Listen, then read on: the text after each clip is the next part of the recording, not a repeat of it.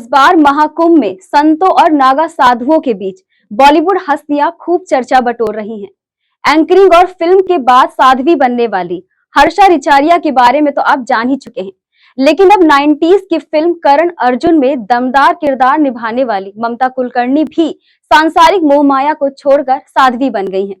कल उन्होंने प्रयागराज महाकुंभ में संगम स्नान के बाद अपना पिंडदान कर दिया।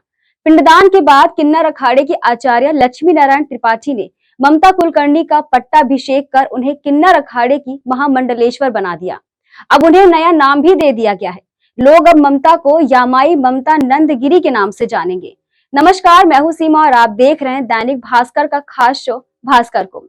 आज हम कुंभ से आपको बॉलीवुड की 90 की दशक की एक्ट्रेस ममता कुलकर्णी के साध्वी बनने के सफर पर ले जा रहे हैं। बॉलीवुड की बोल्ड अभिनेत्री के रूप में मशहूर रही ममता कुलकर्णी शुक्रवार को महामंडलेश्वर बन गई।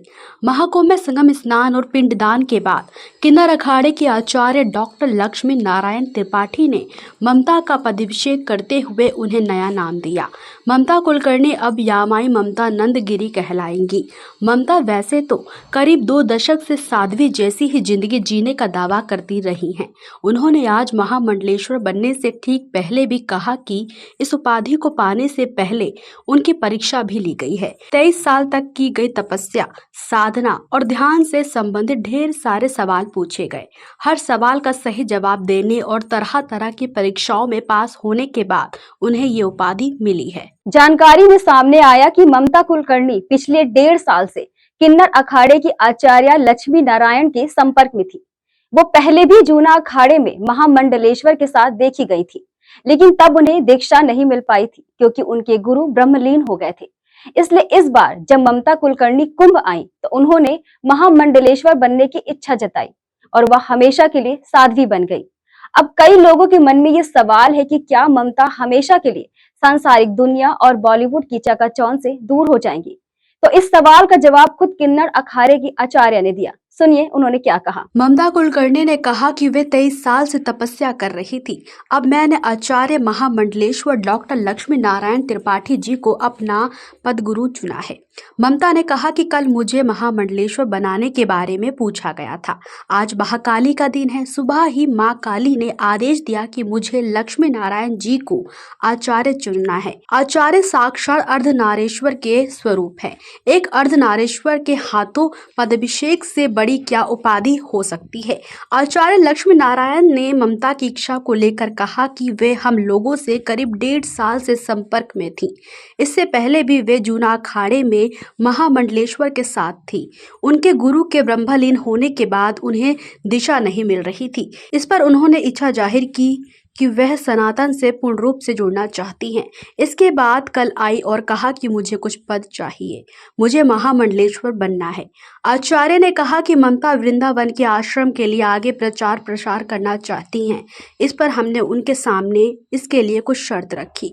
उनसे कहा गया कि इसके लिए उन्हें संन्यास लेना होगा, पूरी दुनिया छोड़कर हमारी दुनिया में रहना होगा।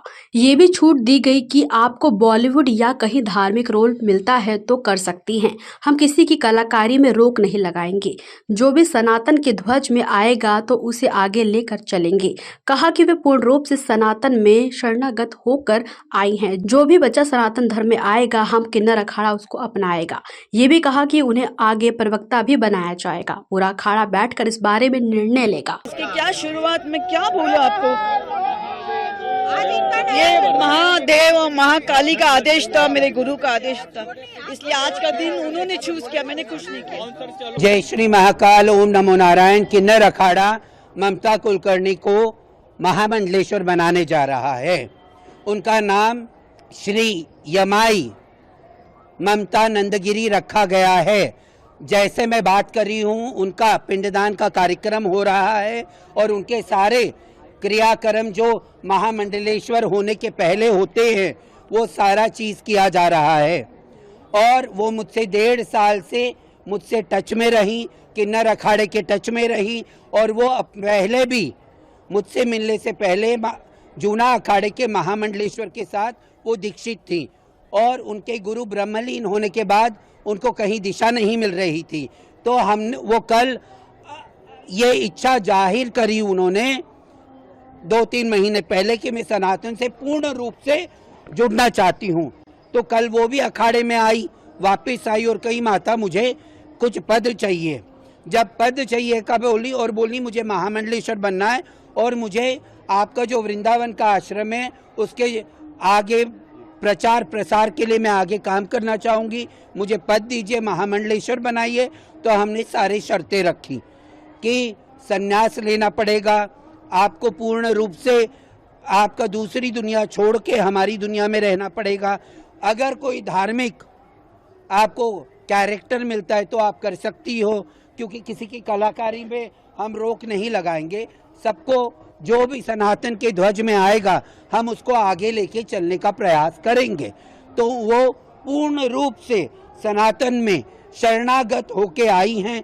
जो बच्चा हमारा सनातनी है वो सनातन धर्म में आया है, हम किन्नर अखाड़ा उसको अपनाएगा।